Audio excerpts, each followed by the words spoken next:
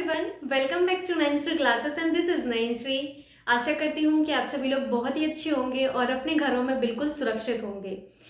आज का ये वीडियो आप सभी के लिए बहुत ही महत्वपूर्ण है क्योंकि आज के इस वीडियो में मैं आप सभी के साथ सुपर टेट परीक्षा के लिए डिस्कशन करने वाली हूँ, जिसमें आपको जो है मैं बताऊंगी कि आपको बाल मनोविज्ञान में क्या क्या पढ़ना चाहिए, शिक्षण कौशल में आपको क्या क्या पढ़ना होगा, जीवन कौशल में आपको क्या पढ़ना होगा। क्योंकि बाल मनोविज्ञान आपके 10 मार्क्स का आता है, शिक्षण कौशल आपका 10 मार्क्स का आता है, जीवन कौशल भी आपका 10 मार्क्स का आता है। कुल मिला के आपके 30 मार्क्स हो गए। एंड 30 मार्क्स को मैंने कुछ इस तरीके से लिखा है। ये मैंने जो लिखा हुआ है ये वो टॉपिक है जो मैंने प्रीवियस ईयर क्वेश्चन पेपर से एंड आपका जो सिलेबस मेंशन किया गया है उससे लिए हैं। अगर इनके अलावा कोई और टॉपिक आपको ऐसा लगता है कि आपको पढ़ने की ज़रूरत है, देन डेफिनेटली मैं उसको भी यहाँ पर इंक्लूड करूंगी। बट मेरे हिसाब से हर एक स्टूडेंट को ये टॉपिक ज़रूर पढ़ने चाहिए आपके 30 मार्क्स के लिए। इसके अलावा कुछ ऐसे टॉपिक जो मैं आपको अपनी तरफ से पढ़ाऊंगी वो आपके यहाँ पर एनसीएफ, आरटीएन, एनईपी लिखा हुआ है, ये मैं आपको पढ़ाऊंगी। ऐसे स्टूडेंट जो मेरे से नहीं भी पढ़ रहे हैं लेकिन फिर भी उनको एक कन्फ्यूजन होता है कि किस तरीके से हमें जो है कौन कौन से टॉपिक इसमें पढ़ने होंगे, तो एटलीस्ट उनको ये पता रहे कि आपको इतने टॉपिक जो लिखे गए हैं सारे ये कवर करना चाहिए। अगर आपको एक डिसेंट सा स्कोर यहाँ पर लाना है तो एटलीस्ट ये जो टॉपिक हैं जितने लिखे गए हैं उतने टॉपिक आपको पढ़ के जाना ही चाहिए। यही आपका सारा होता है, ठीक है। तो यहाँ पर आप एक एक करके सारे टॉपिक देख सकते हैं कि आपको क्या क्या पढ़ना है और मैं आपको पढ़ाने वाली हूँ ये सारे टॉपिक, ठीक। तो मैंने इस तरीके से जो आपके 30 मार्क्स हैं उनको लिखा हुआ है। ऐसा नहीं है कि ये 10 मार्क्स का है, सिर्फ मैंने बाल मनोविज्ञान यहाँ पे लिखा है, ऐसा नहीं है। ये पूरे 30 मार्क्स को ही मैंने यहाँ पे लिखा हुआ है। तो देख सकते हैं मैं आपको व्यक्तिगत विभिन्नता पढ़वाऊंगी। उसके बाद मैं आपको वंशानुक्रम एवं वातावरण, बाल विकास को प्रभावित करने वाले कारक, सीखने की आवश्यकता की पहचान, सीखने के लिए वातावरण का निर्माण या सर्जन जिसे कहते हैं, बुद्धि एवं व्यक्तित्व पढ़ाऊंगी, अधिगम के सिद्धांत। अब अधिगम के सिद्धांत देखिए, इसमें मैं आपको कई सारे सिद्धांत पढ़ाऊंगी। ये अपने आप में एक बहुत ही बड़ा टॉपिक होता है। ऐसा नहीं कि ये सारे टॉपिक छोटे हैं, इनमें भी आपको कई सारी चीजें सीखनी है।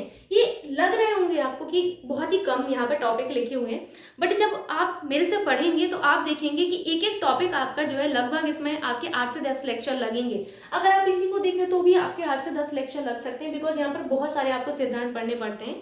तो अधिगम के सारे सिद्धांत पढ़ाऊंगी, जिसमें आपके जो है कोलबर्ग, पैजेट एंड आपके वाइगोत्स्की आते हैं। उसके बाद आपके जो है ज्ञाने का देखिएगा, जब आप प्रीवियस ईयर क्वेश्चन पेपर देखेंगे तो ज्ञाने जो है आपके 2 बार आपका सुपर टेट परीक्षा हुई है, दोनों बार ही आपसे पूछा गया है, तो वो भी आपको पढ़ना है। अधिगम के जो सोपानिक सिद्धांत आपके ज्ञाने ने दिए हैं वो आपको मैं पढ़ाऊंगी। सारी चीजें आपकी डिस्कस की जाएंगी। यहाँ पर मैं ऐसा पर्टिकुलरली नहीं बोल सकती हूँ कि मैं जो है यही पढ़ाऊंगी, मैं सारे टॉपिक आपको पढ़ाने वाली हूँ, ठीक। उसके बाद आता है शिक्षण का अर्थ, शिक्षण सूत्र, उसके बाद शिक्षण विधियाँ। शिक्षण प्रविधियां अलग होती हैं, इस चीज को आपने माइंड में रखना। शिक्षण विधियां अलग हैं, शिक्षण प्रविधियां अलग हैं। तो शिक्षण प्रविधियां भी मैं इसमें आपको पढ़ाऊंगी। एंड समावेशी शिक्षा माय फेवरेट। एंड उसके बाद मैं आपको जीवन कौशल पढ़ाऊंगी, शैक्षिक प्रबंधन एवं प्रशासन पढ़ाऊंगी। ये सबसे छोटा टॉपिक मैं मान सकती हूँ कि ये हल्का टॉपिक है आपका, बड़ा नहीं है इतना। वर्तमान भारतीय समाज एवं आपका जो है प्रारंभिक शिक्षा, ये अपने आप में एक सब्जेक्ट होता है आपका। आप अगर डीएलएड किया होगा तो आपने पढ़ा ही होगा डेफिनेटली इसको कि वर्तमान भारतीय समाज एवं प्रारंभिक शिक्षा में कितनी सारी चीजें आपको पढ़नी पड़ती, कई सारे आयोग जो हैं आपको वहां पर पढ़ने पड़ते हैं। सो कई सारी चीजें मैं वहां पर आपको पढ़ाऊंगी। तो ये अपने आप में एक पूरा सब्जेक्ट आप पढ़ के आए हुए हैं और उसी को आपको यहाँ पर अच्छे से पढ़ना होता है, बिकॉज वहां पर सिर्फ और सिर्फ आपने अपने उस हिसाब से पढ़ा है कि हाँ बस पास हो जाए, बट यहाँ पर सिर्फ पास नहीं होना होता है। सुपर टेट की मार्क्स जो है आपके 60% जोड़ते हैं।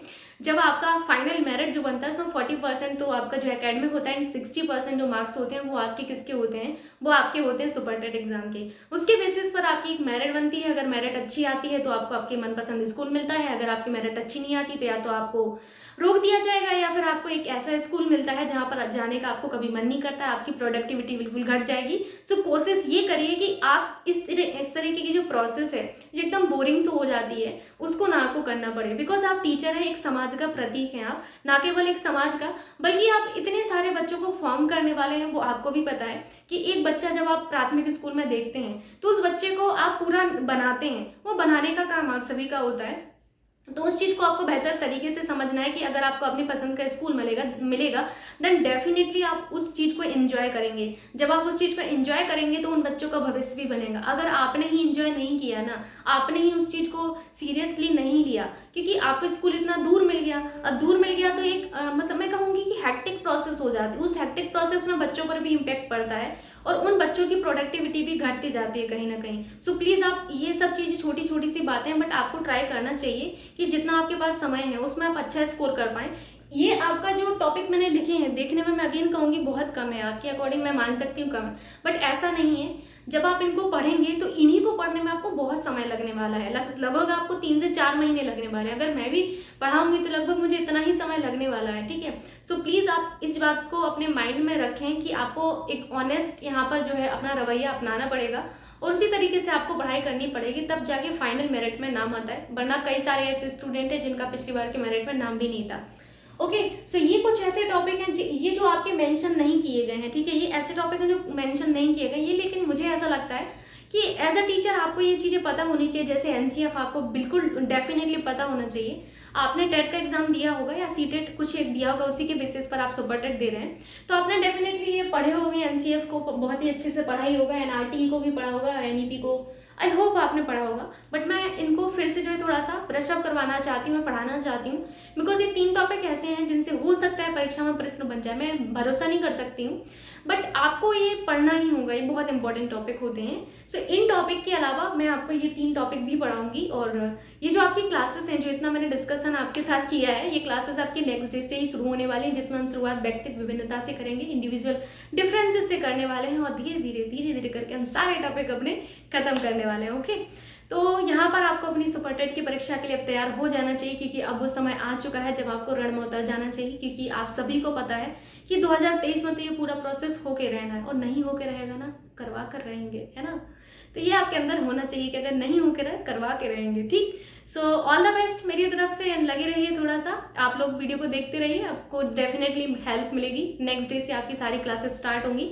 आप सभी के मन में आ रहा होगा मैम आपने पहले भी सीडी पे पढ़ाया तो उसको कंटिन्यू क्यों नहीं किया। उसका रीज़न ये है कि बच्चे कंफ्यूज हो रहे थे, बिकॉज मैंने वहाँ पर सारे टीचिंग एग्जाम्स के पर्सपेक्टिव से रख दिया था, जिस वजह से बच्चे उस चीज़ को नहीं छाट पा रहे थे कि क्या सुपर टेट के लिए इंपॉर्टेंट है, क्या टेट के लिए इंपॉर्टेंट होगा, क्या केवीएस के लिए इंपॉर्टेंट होगा। दैट्स वाई मैंने यहाँ पर सुपर टेट के लिए आपकी सारी चीज़ें जो आपके प्रीवियस ईयर क्वेश्चन पेपर है और जो सिलेबस है उसमें रखा है। तो ये रहा पूरा का पूरा जो मैं कहूँगी प्लानिंग, और आप सभी को पता है कि planning is the key of success. So सबसे पहले तो आपको यही प्लानिंग अपनी यहाँ पर करनी होगी।